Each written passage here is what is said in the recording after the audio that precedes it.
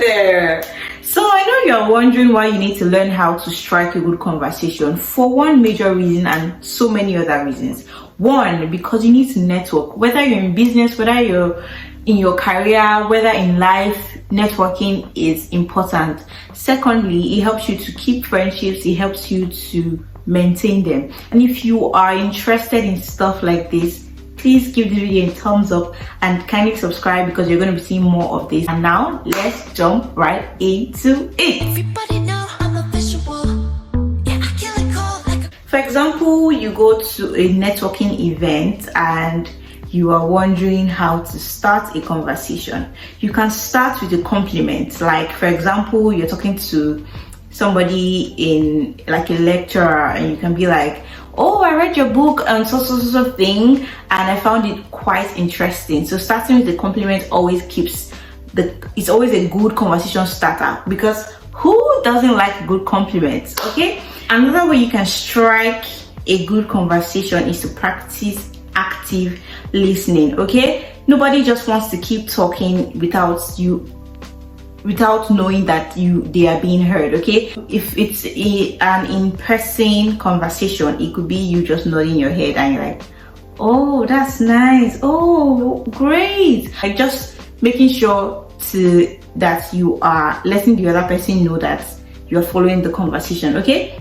thirdly, share your own experience. Okay, for example, you're in a networking event and you're talking about, let's say, privacy law or whatever, and you're telling this person, oh, I read your book on privacy law, I loved it, you know, that's a compliment. And you're like, in my practice, or you're like, I want to go into the privacy sector, and I'm like just share your own experience. Okay, don't just make the conversation be about the other person, because when conversation is one-sided, it's boring and nobody wants to have a one-sided conversation. Even in friendships, if you're not sharing your own experience, the other person will not feel any kind of motivation to talk to you. Okay, because sharing your own experience makes them feel welcomed, makes them feel like you are interested in the conversation. So one way or another, just try and relate your experience to that conversation. It also helps. The fourth point is you can use open-ended questions.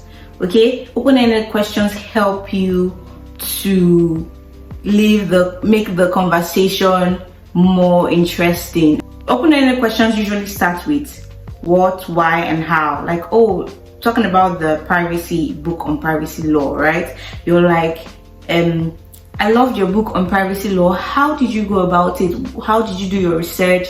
You know, what was your motivation behind writing that book? You know, stuff like that helps you keep the conversation going and shows that you're interested in that conversation. So it makes the person really free to open up to you and talk to you. Okay, so asking open-ended questions actually help to keep the conversation going, okay, and helps to strike a good conversation.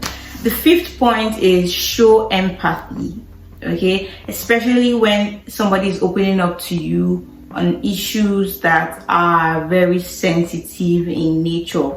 Okay, it is really important that you show a little bit of empathy and don't be insensitive. Okay, don't be insensitive to the conversation.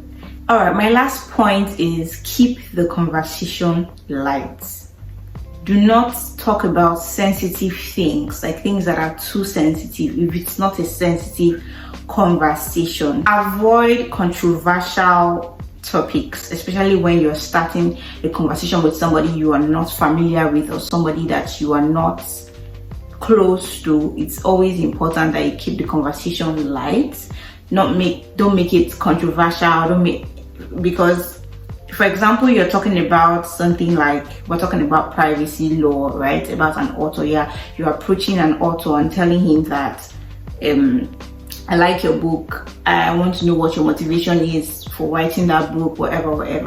And for example, both of you have different political standing, okay?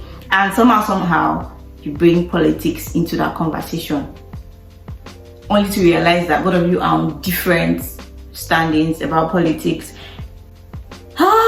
I think politics is quite a sensitive topic. Everybody seems to have an opinion, and in that situation it's always better to back off. Do not push, because it's just going to end up with you arguing and arguing and arguing and arguing, and it doesn't really give off like good vibes, if you're feeling me. I want to avoid stuff like this. So if you like stuff like this, if you are looking forward to more productivity tips on how to improve your lifestyle and career and life in general, you should subscribe. And if you found this tip useful, please drop a comment for me and let me know what you think. If you want to see stuff like this, you have video recommendations, there are things that you want me to talk on, things you want me to touch on, I will be more than happy and glad to do that. And now this is the end of the video. I'll see you in my next one. Okay.